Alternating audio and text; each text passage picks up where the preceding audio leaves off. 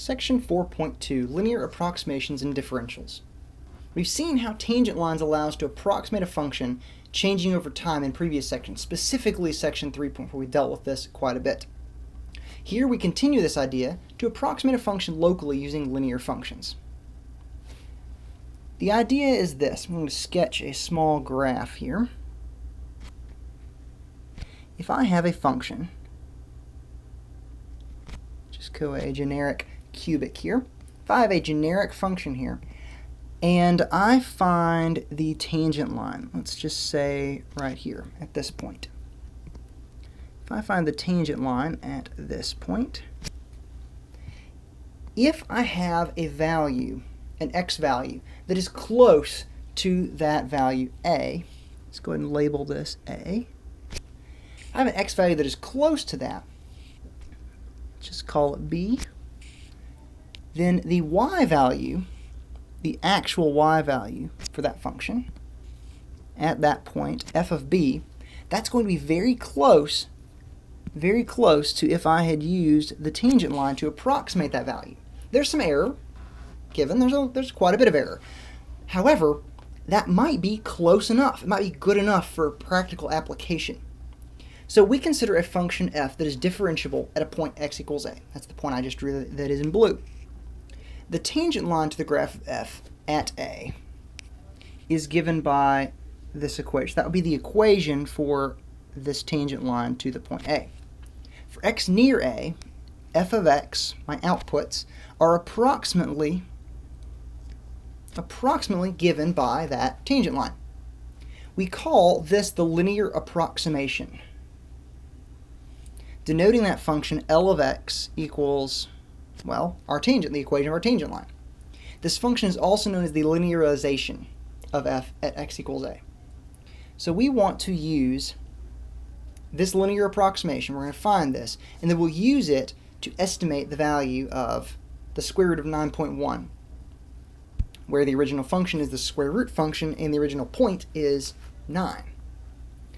Our x is very near that value. Okay, our 9.1 is very close to 9, so this could work. So how we'll find L of x. L of x is equal to f of, in this case, 9, as our a value, plus f prime of 9 times x minus 9.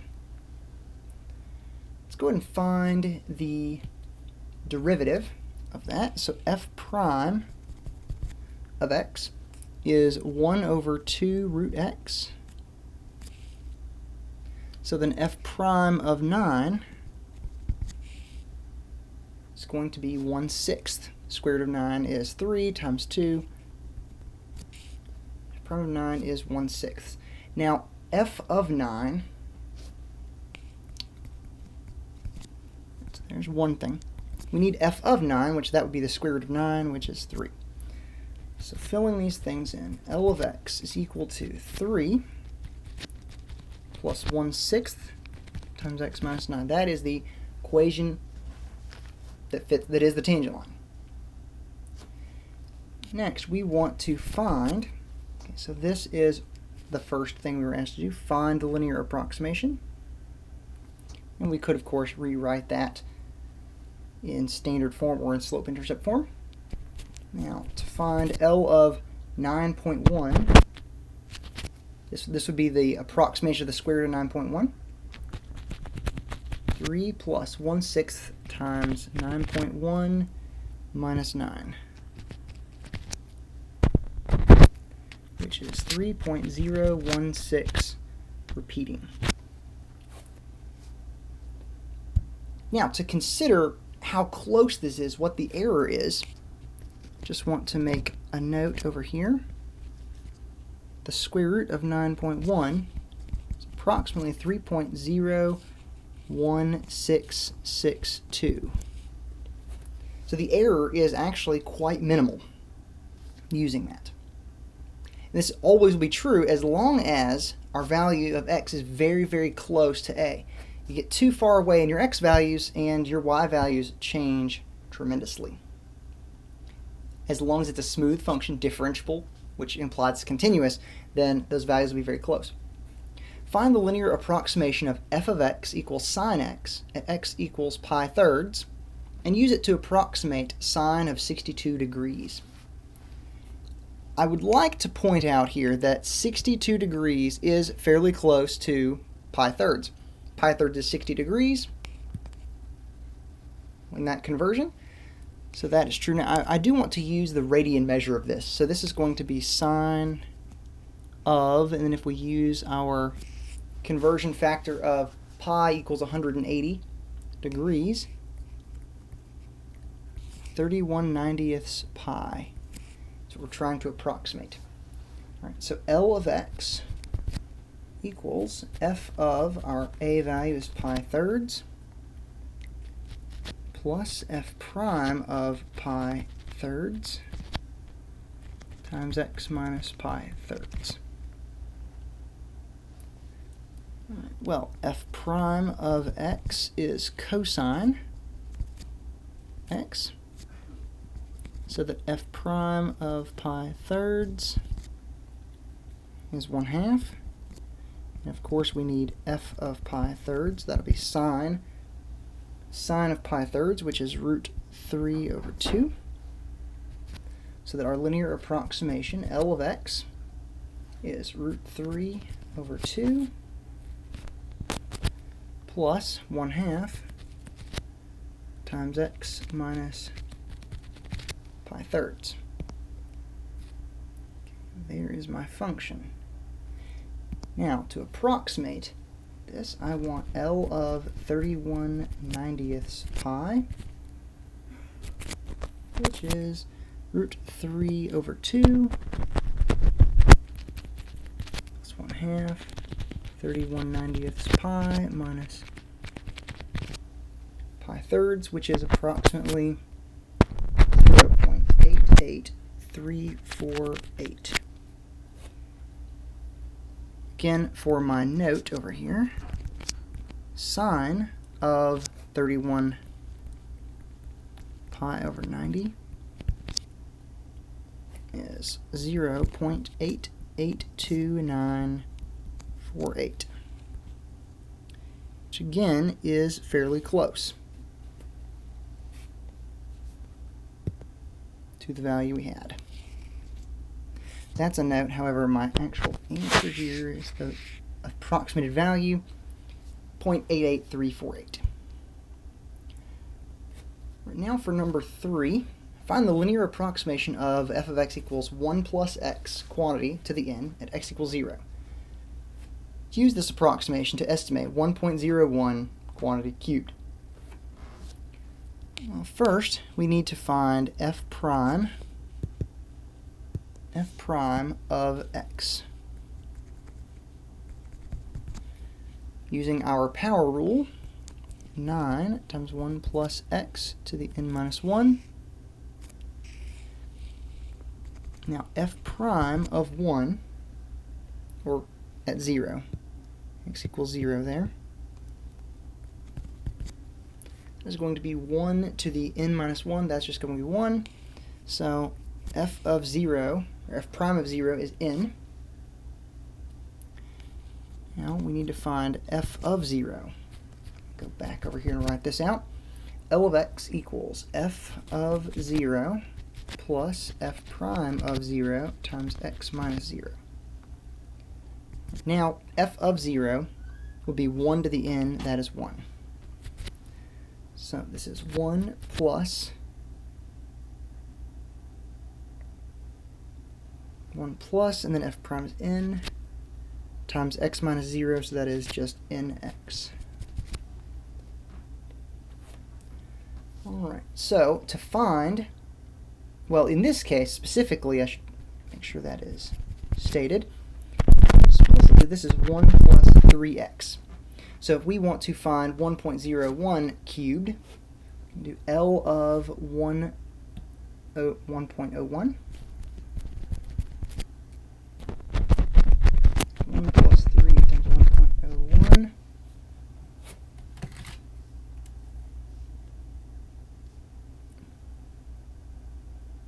Okay. That seems like it's going to be too big. That is 4.03. F prime of 0.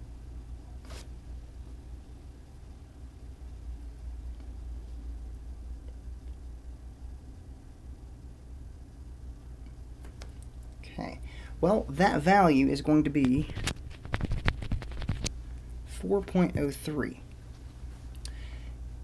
Now, the actual value, 1.01 cubed, is 1.03. I see the issue. We actually want to do is L of 0.01 because we already have the 1 plus. So in this case, x is actually 0.01. That will take that down quite a bit. All right. Now, evaluating that, I have to be careful about it because that already had a 1 plus there. Can't forget that. So that would be 1 point. Make sure I just type it in again. 1.03. All right. Now the actual value is, as I said, 1.030301. So this value is very good as an approximation. So far we have dictated that x must be near a. To formalize this, we use the idea of a differential. The notation dy dx indicates the change in y with respect to a small change in x. So given a function y equals f of x that's differentiable, let dx be an independent variable that can be assigned any non-zero real number, and define the dependent variable dy by dy equals f prime of x dx. This is called the differential form, and it comes up quite a bit, especially in differential equations. There's actually a whole field dedicated to that. Now for each of these functions, find dy and approximate, or evaluate, when x equals 3 and dx is 0.1. Now by definition, dy equals f prime of x dx. So in this case, dy equals, I'm going to write this out without evaluating first, 2x plus 2 times dx. Now x is 3, dx is 0.1, plus 2 times 0.1, and dy is, that will be 8 times 0.1, 0.8.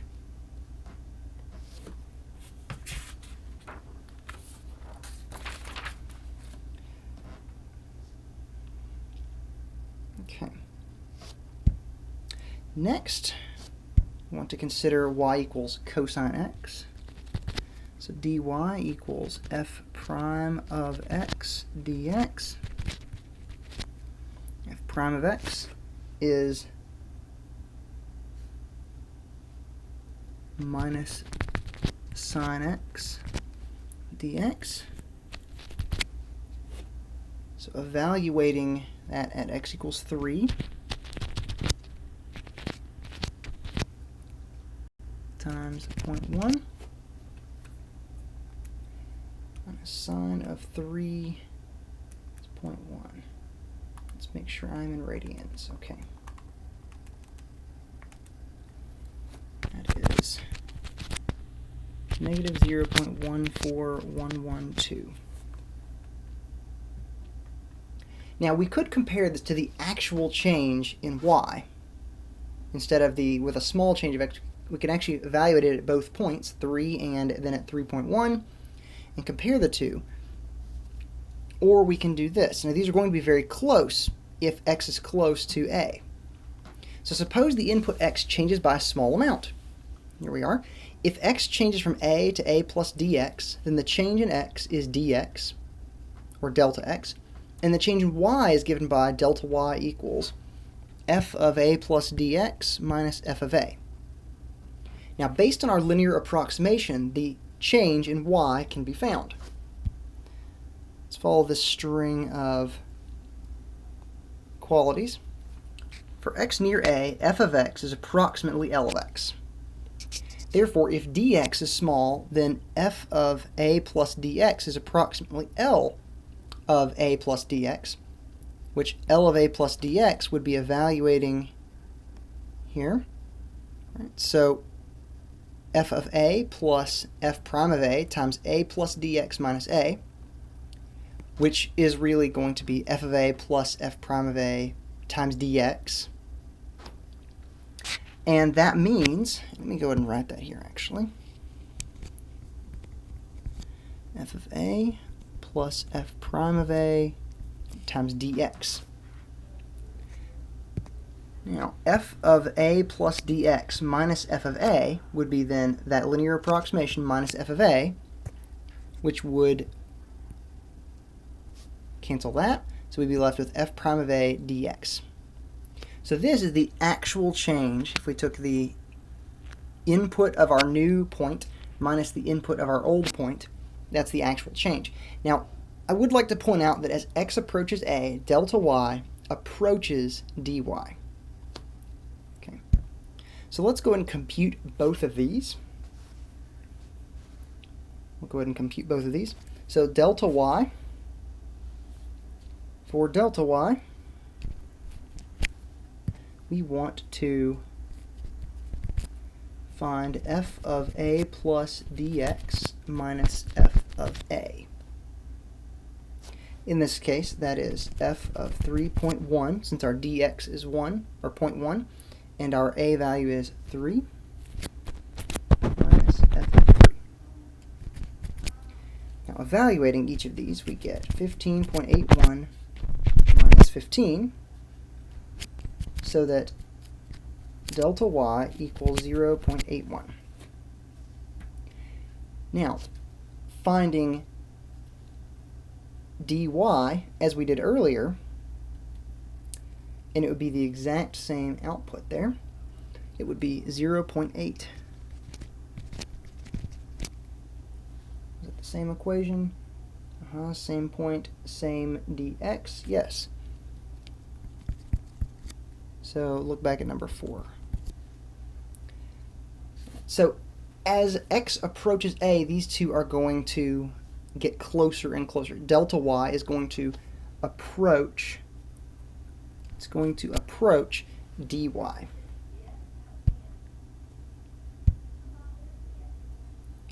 Now, any type of measurement, and this is actually from the textbook, large chunks of this. Any type of measurement is prone to a certain amount of error. In many applications, certain quantities are calculated based on measurements. For example, the area of a circle is calculated by measuring the radius of the circle. An error in the measurement of the radius leads to an error in the computed value of the area. Here we examine this type of error and study how differentials can be used to estimate that error. So consider the function f with an input that's a measured quantity. Suppose the exact value of the measured quantity is a, but the measured value is a plus dx, so there's some error in our measurement, dx. We say the measurement error is dx, and as a result, an error occurs in the calculated quantity. This type of error is known as a propagated error, and it's given by delta y.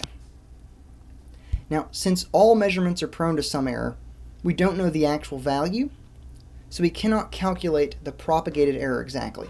However, given an estimate of the accuracy of the measurement, we can use differentials to approximate the propagated error.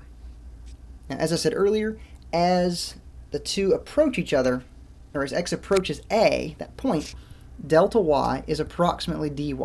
So we can often use f prime of a dx.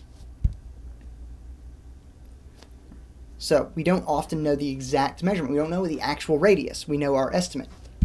And so we can use delta y is approximately dy, which is f prime of a plus dx. So in this next example, we'll see how differentials can be used to estimate the error in calculating the volume of a box. So if we assume the measurement of the side length is made with a certain amount of accuracy, it gives us something to work with. Suppose the side length of a cube is measured to be 5 centimeters with an accuracy of 0.1 centimeters. Use differentials to estimate the error in the computed volume of the cube. All right, well, our volume, because we are dealing with a cube, that is x cubed, which means, corresponding to that, dv is 3x squared dx. So we are going to estimate the computed volume, okay, based off of our error. Okay, so our dx is 0.1.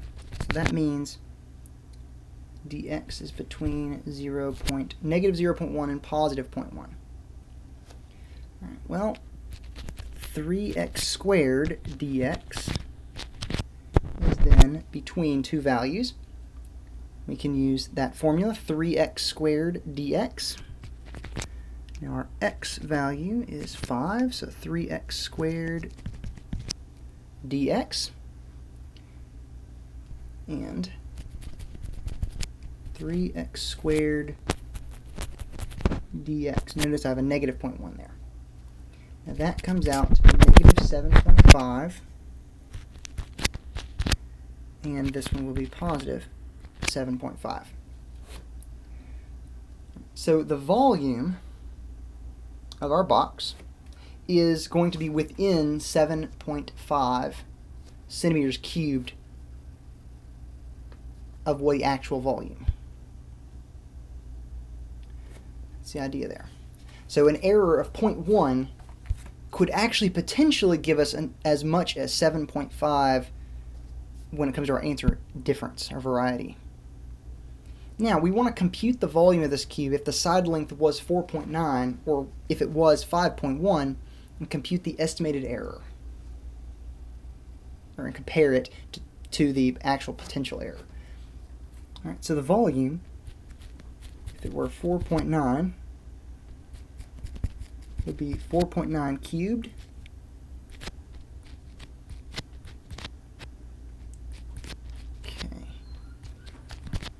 versus the volume if it were 5.1.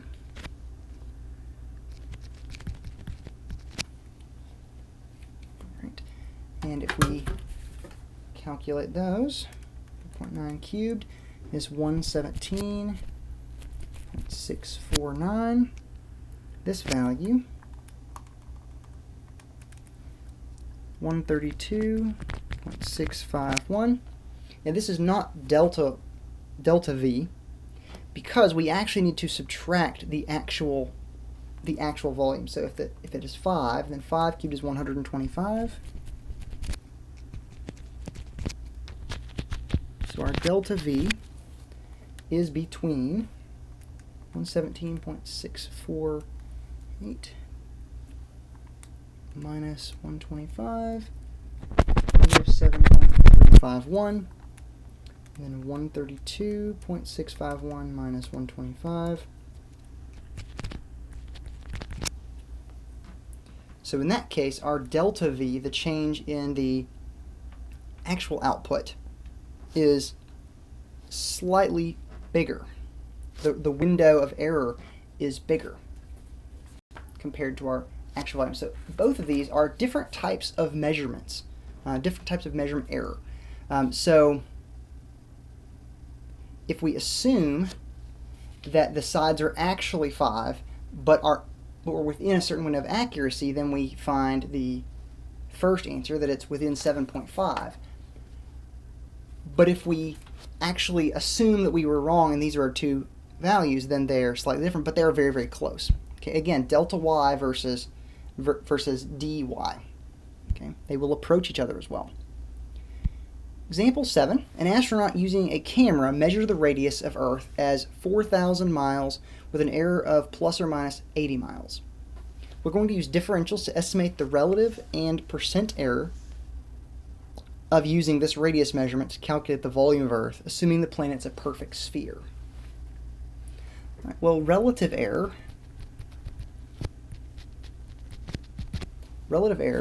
is the change in a quantity divided by the actual quantity. Okay. The error divided by the actual. Now what we can work with is we know that we are within 80 miles. So the error in our radius measurement is between 80 and negative 80. Now to find the volume, let's begin with this. Volume equals 4/3 pi r cubed, which means dV, change in the volume, is going to be 4 pi r squared dr. Now our volume, go ahead and figure this, our volume is approximately 4,000. Let's rewrite that. 4/3 pi times 4,000 cubed.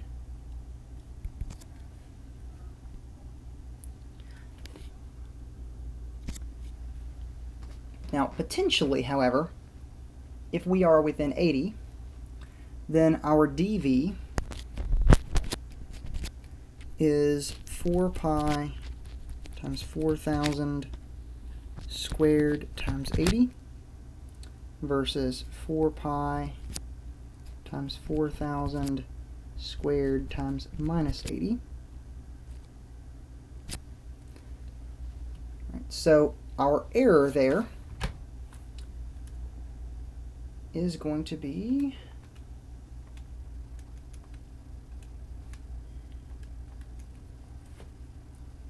a lot. Okay, so that's a very large number. So rather than actually calculate what that is, there's our range on dV. Now our relative error is going to be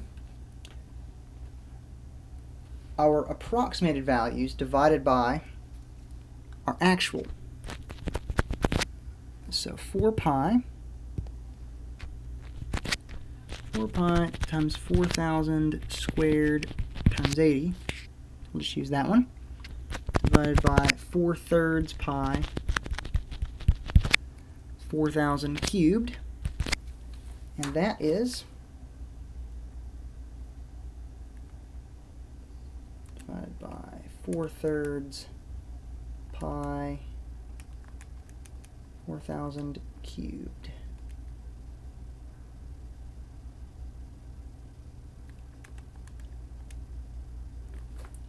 That should be 0.06, which means that dV over V, okay, that's what it is, the error divided by the actual, 0.06 minus 0.06, and our relative error is 6%. Okay, that brings us to the end of this section, to some applications of differentials.